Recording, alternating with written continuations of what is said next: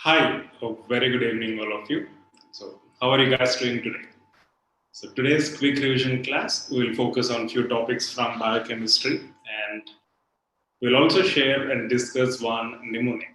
Okay, I hope you guys are all ready. So, please confirm the audio and video streaming. We'll go ahead with our session. Right. So, very good evening once again, each and every one of you. So, this is the image which I captured today, early in the morning at around 7:30 or 8 a.m. So, the picture of moon. So as I keep on telling, all you need to do is just sleep well, sleep adequately, eat well, eat healthily, and spend some time with nature, just observing the elements of nature itself will give us a lot of positivity and will help us stay motivated throughout, not just in preparation but in life as such. So I hope you can see the details, even though it's not much clear because of the daylight. Anyways, let's proceed with today's discussion. Before that, we'll start with yesterday's case-based question. So, what do you think Anku has? Can you diagnose and tell or choose the appropriate answer? So, Anku's mother is concerned about his performance in upcoming NEET entrance. On visiting her family physician for tips on how to reduce Anku's sleep hours, a physician noticed the following waves prominently in Anku's sleep EEG. So, what does it indicate? You have the following options. Anku is not sleeping properly or worried about exam, or Anku is worried about his mother worrying about his performance, or Anku is in very deep sleep. So you can see the wave pattern over there. So did you identify which wave pattern it is? And also what's the more appropriate option you would choose in this particular context? Apurva, you need not apologize. I'm just kidding. Yes. So try answering this. In the meantime, let me review some information. We have extensive literature given in Guyton and Hall, 13th edition, 11th edition, I guess, page number 742. So brain waves, EEG, you must be able to identify these wave patterns at least. So you can see alpha, beta, theta, and delta waves. So these waves are from EEG, electroencephalogram. So you can see there is variation in frequency, there is variation in the amplitude. So let's discuss some information in brief. So based on this, you can say the wave pattern which is given in the question is that of delta waves. If you want, I can just go back and see. You can see. So you can see the wave pattern here and then try to correlate that with this particular illustration. So delta waves are prominent in the EEG of Anku. So what does it indicate? First, we'll discuss about delta waves and then we'll move on to alpha, beta, and theta very briefly. So delta waves include all the waves of EEG with frequencies of less than 3.5 cycles per second. That's the criteria. So you can see less frequency, which means they are spaced very farther comparatively compared to alpha, beta, and theta. And these delta waves often have voltages 2 to 4 times greater than most other types of brain waves, which is obvious in this particular illustration. And they occur in very deep sleep, in infancy, and in serious organic brain disease. So it has to be either very deep sleep, as in case of infants, or serious organic brain disease. So they also occur in cortex of animals that have had subcortical transactions separating the cerebral cortex from thalamus, which means these delta waves can occur strictly in cortex independent of activities in the lower regions of brain. So this is something which is very interesting. So the given wave pattern is delta. So it means either Anku is in very deep sleep or has a serious organic brain disease. So among the given options, obviously it has to be D, and it is D because the age of Anku is 1 year. Anku's mother, Anku is infant. I didn't mention the age, but now I'm revealing the age. Anku is an infant and his mother is worried about his performance, his future performance in NEET, MDS, or whatever the entrance is, right? So option D, or it has to be serious organic brain disease, okay? So well tried, everyone. It's a challenging question. The objective of this question is to make sure that you are familiarizing yourself with these wave patterns. And let's review some brief information regarding the same. I've given you the reference, Guyton and Hall. So brain waves, so these are normal wave patterns which are found in humans, a normal healthy individual. At different ages, at different stages, depending upon the neuronal activity, wakefulness, restfulness, stressfulness, whatever it is. So, in normal healthy people, most waves in EEG can be classified as the following: alpha, beta, theta, and delta. Alpha waves are rhythmical waves at frequencies of 8 and 13. You can just make a note of this. Frequencies between 8 and 13 cycles per second. And the voltage is in the range of 50 microvolts. And if you move on to beta, beta waves occur at frequencies greater than 14 cycles per second. That's the reason why they're much more clumsier and closer, and as high as 80 cycles per second. So the range is 40 to 80 per second. And these are mainly from parietal and frontal regions. The regions you can refer Guyton and Hall.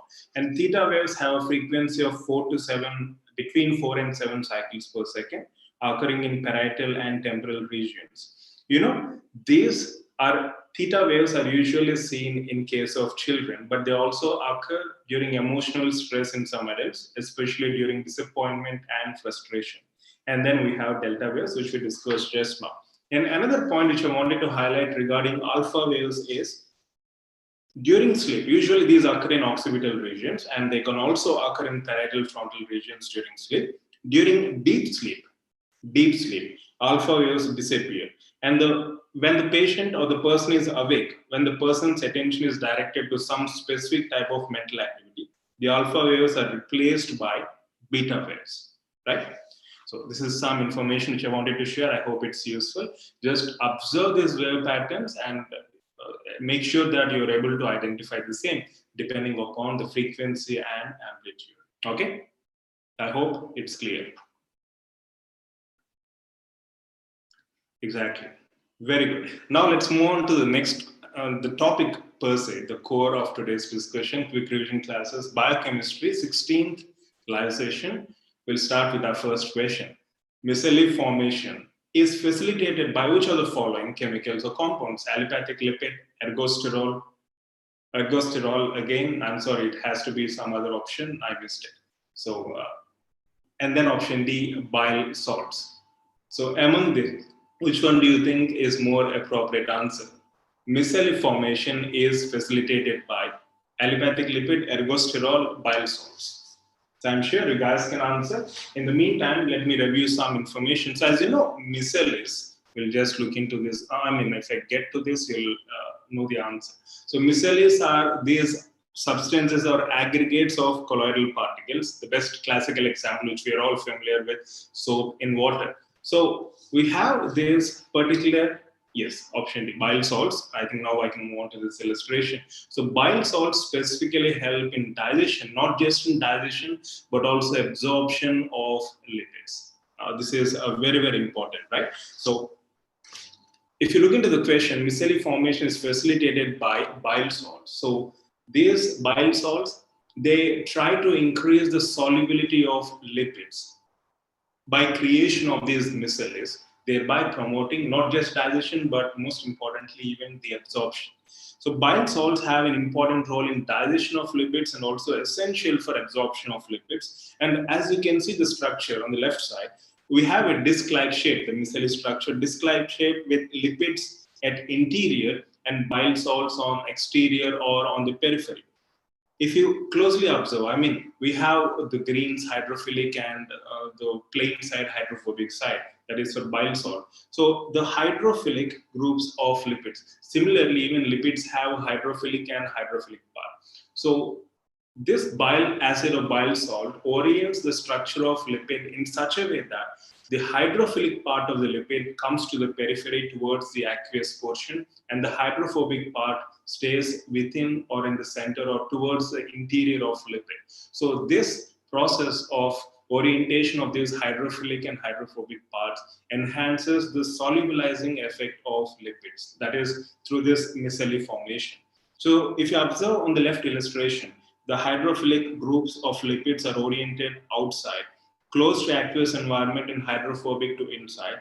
This, as a consequence, enhances or this formation of micelle exerts solubilizing effect.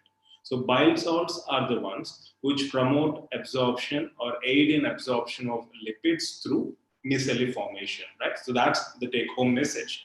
So as most of you mentioned, option D is right answer. Well done. Now let's move on to the next question. Only phosphoglyceride that possesses or has antigenic properties. Phosphatidic acid, cephalins, ceramide, cardiolipin. So among this, which one do you think is a more appropriate answer? In fact, you have an answer in this slide in the form of the molecular structure to your right, and I'm not sure how many of you are going to identify the same. So the only phosphoglyceride which possesses antigenic properties. So which one do you think is more appropriate answer? So this particular substance, I'll give you a hint, is identified or first isolated from heart muscle, hence it is named so. Structurally, it consists of two molecules of phosphatidic acid held by additional glycerol through phosphate groups. It's an important component of inner mitochondrial membrane and essential for mitochondrial function. In fact, decreased levels of this substance may result in mitochondrial dysfunction, including aging, hypothyroidism, cardioskeletal myopathy, Barth syndrome, BRTH, Barth syndrome, and several other anomalies. So this is the only phosphoglyceride which possesses or has this antigenic properties, which is nothing but cardiolipin. It's named so because, as discussed, it was first isolated from heart muscle. Okay, so cardiolipin is right answer. I think most of you have chosen option D. Well done. Okay, and now let's move on to the next question. Before that, if you're not able to answer, do not panic. Now is an opportunity to learn, update the information in your mind, and then proceed accordingly. Right? There is no point in worrying or getting afraid or panic. Third question: Catal is related to KATAL, isoenzymes, enzyme activities, enzyme degradation, immobilization of enzymes. So, which one of the following do you think is more appropriate or describes Catal? So, what is this Catal? I know it's a challenging question. Let's see how many of you are going to answer this. So, in order to maintain uniformity in expression of a specific component of enzymes worldwide, we have these units called catals, which denotes conversion of 1 mole substrate per second of enzyme. So this represents, or this is related to enzyme activity. This measures enzyme activity, moles per second, as I just mentioned. So Catal, in order to maintain uniformity in the expression of enzyme activities as units worldwide for standardization, the Enzyme Commission of IOB has suggested radical changes. A new unit, namely Catal, abbreviated as CAT, small letters, K-A-T, not C-A-T. It was introduced, and 1 CAT denotes conversion of 1 mole substrate per second, mole per second. And activity or enzyme activity can be expressed not just in Catal, but also in millicatals, microcatals, and so on. So Catal is related to enzyme activities. Okay, that's a take-home message. Good.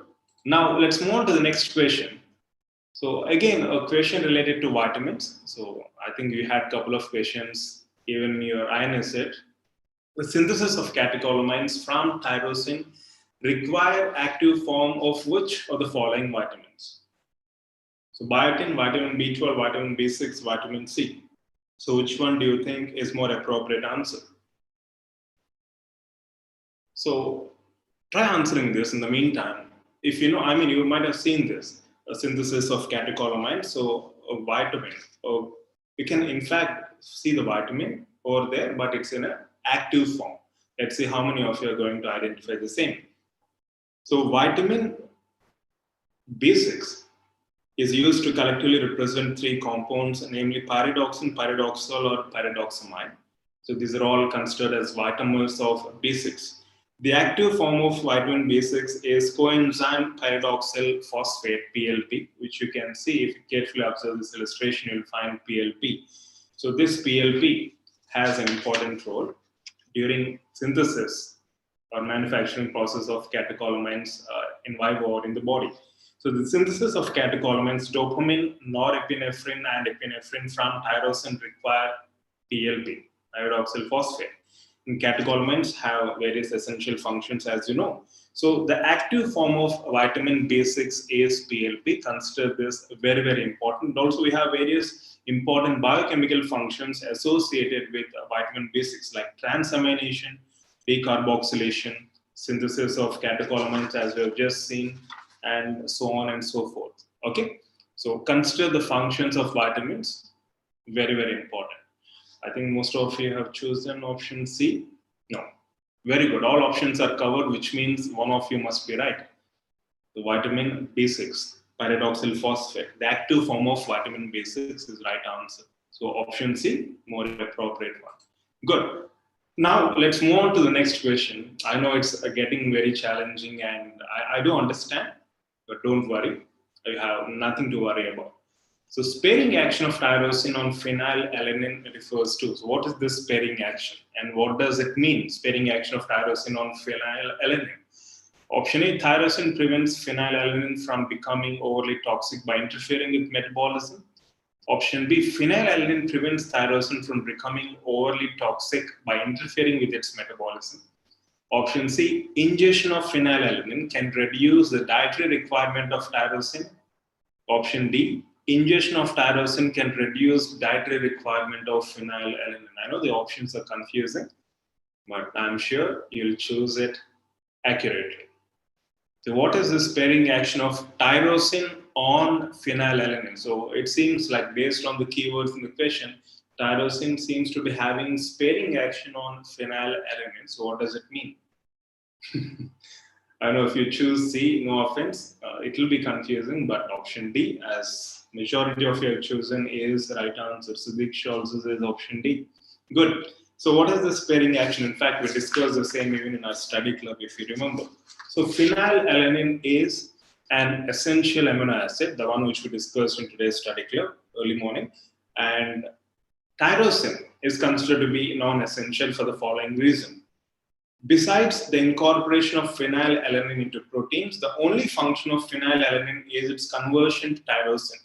For this reason, ingestion of tyrosine can reduce the dietary requirement of phenylalanine, that is sparing action. And this phenomenon is referred to as sparing action of tyrosine on phenylalanine. It is sparing it, right? Taking the charge. Okay, so option B is the right answer. Well done, everyone. So as I said, even if you made mistakes, even if you're confused, even if you have no idea, you're not going to repeat these mistakes, right? So, period. So you're not going to repeat these mistakes. So have this perspective. Each moment is a learning opportunity. And if you're doing it good, just keep this momentum going. If you're doing it wrong, you have nothing to worry about, as long as you're willing to learn and then move on. And you have no idea, that's absolutely fine. It's not that we know everything. You should be able to leave out questions which you have no idea. Even that's very, very important. In fact, that's a deciding factor in entrance. Not just answering the ones you know, leaving out the questions which you don't know, which you have no idea. So that's a final exam strategy. But for now, as I said, it's a learning opportunity. For that matter, even the final exam. Now let's move on to the next topic. I have not concluded this presentation. I'm going to share with you an inspiring story. Seriously, an inspiring story which I'm sure will inspire you in all aspects in life. So this is a story of Bablu, from bathroom singer to best singer. So those who are aspiring to grow, those who are aspiring for success, those who are aspiring to sing, dance, or perform your own activities in your own way successfully, here is an inspirational story of Bablu, from bathroom singer to best singer. So let's see what this story is all about. So initially, he is Bablu. He is Mr. Bablu. So he has this passion to sing. He loves singing. So in the initial stages of his life, stage 1 or initial stages of his life, he used to watch a lot of MTV, music television. You know MTV, right? I think you know more than me. So MTV, and he used to practice singing by using those keywords, whatever it is, voice modulation. So it's not, I mean, it's not appropriate if I sing now because I'm not Bablu. And by the way, I'm just a bathroom singer. So in the initial stages of life, observe these illustrations carefully. It will be very inspiring and very helpful. Bablu used to watch MTV and used to practice singing, as you can see, and so on and so forth. Okay, let me not extend that singing from there.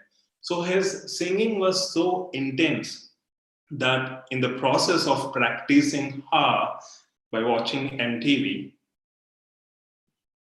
the walls of his bathroom started showing cracks, as you can see here.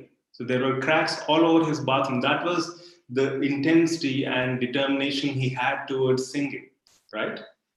And because of these cracks and all, there was an accident. Once again, he was in bathroom, he was watching MTV, was singing, and because of this crack formation, the entire room collapsed and he fell in a pit. So in second stage of life, he felt demotivated, as if he fell in a pit.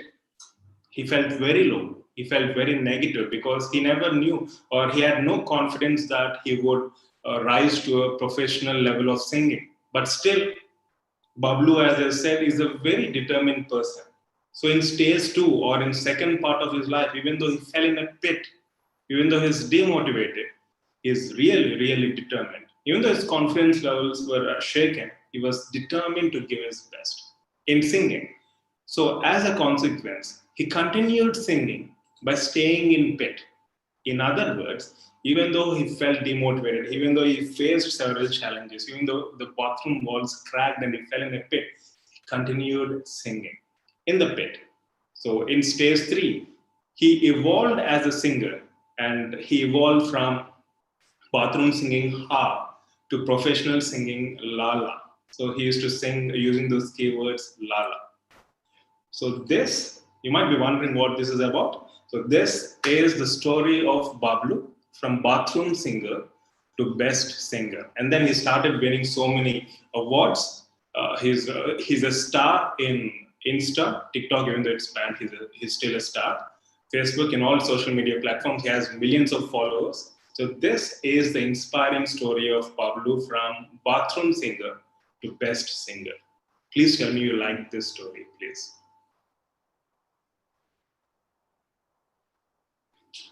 I think you're all awestruck, no comments. I think you're still in a state of shock. Is it? So how is the story? How is this a story of Bablu from bathroom singer to best singer? Is it inspiring?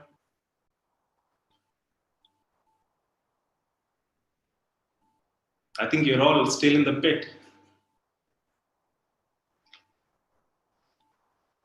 I mean, please give me feedback and then I'll move on.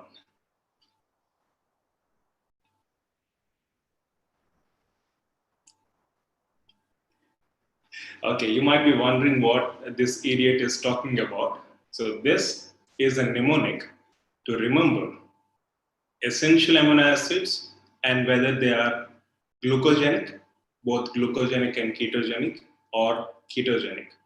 So this is a mnemonic. So stage 1, glucogenic. As you can see, he is watching MTV and he started singing ha. So MTV, HA are the key letters, which are in underline. So these are glucogenic essential amino acids. We're talking about only essential amino acids. There are total 10 amino acids. So glucogenic includes MTBHA, ha. So methionine, threonine, valine, histidine, arginine, right? So just hold on. We'll move on to stage 2, which is both ketogenic and glucogenic or glycogenic. So he fell in a pit. So PIT, phenylalanine, isoleucine, tryptophan. Now, stage 3,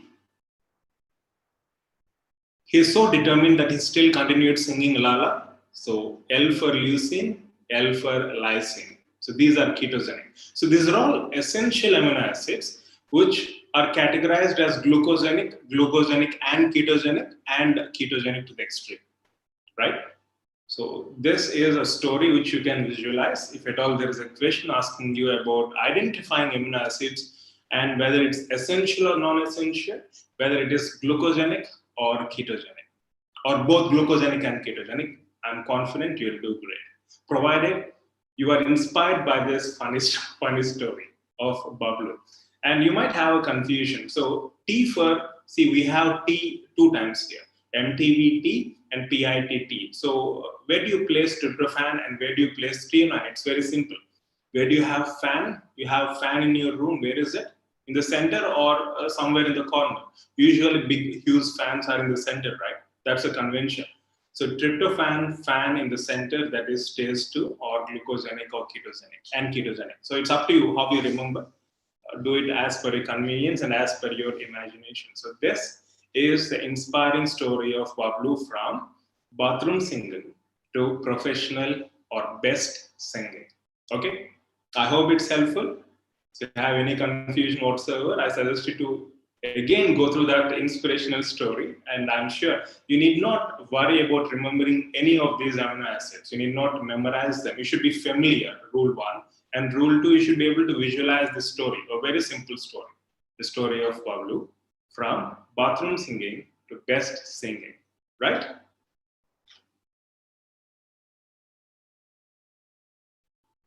You want to find Bablu? Bablu, yes, of course you can find Bablu. Of course you can find Bablu, but he's preparing for NEET, right? So now let's move on to the final aspect of this presentation.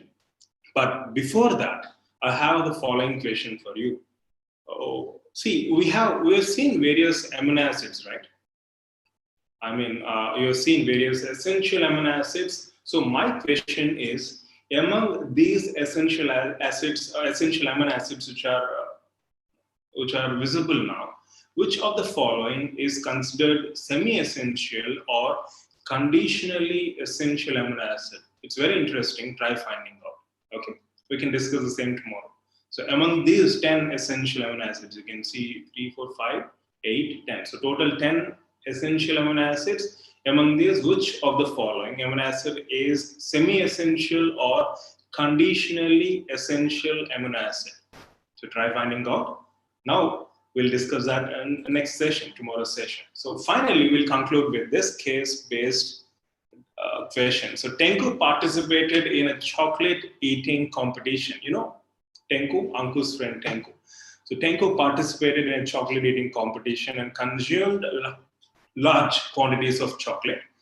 This caused her portal vein, liver, to drop loads of glucose to hepatocytes immediately. Which of the following enzymes specifically functions in this situation when there is large load of glucose entering into hepatocytes? Pyruvate kinase, hexokinase, phosphofructokinase, glucokinase. Which one do you think is more appropriate answer? It's a tricky question, but I'm sure you'll do good when you have that basic concept. We'll discuss this tomorrow, but I want you to find out which one is more appropriate answer and why. We'll start our tomorrow's session with these questions. Okay? So I hope you enjoyed today's session and you found the session informative. Your feedback is always welcome, and you have any further queries or you need any further clarification, you can always get back through mail 24/7, right? So exam is there. We always know that exam is there. Then why do we feel stressed about the same when the date is approaching? Isn't that something to do with our mind, something to do with our thought process? So please ask yourself this question. You always knew that exam was there, but why do you think most of the aspirants are feeling stressful in these last few days? So it has something to do with, it's only the business of mind. So if you can really mind that business, everything will fall in place without any doubt. So there is no point in worrying, feeling demotivated, getting stressed up. So if you're not physically feeling well, even then, take rest, take adequate rest, focus on health and recovery. Only then you can perform well. If you're not feeling good emotionally, then it's high time that you rethink your strategies and your approach towards not just entrance for that matter. Use this, extrapolate it towards life in general. You'll find all solutions. In fact, we all have solutions right in here. Take my word, right in here. So it's up to us whether we want to tap it and use those solutions for our progress, for our benefit. Of course, you can always get back through mail for any kind of support or for any suggestions from our side. And I hope, once again, the sessions are useful. And I'll see you again tomorrow with another basic subject. Right? So, wish you all the best. Love you all. Good night and take care.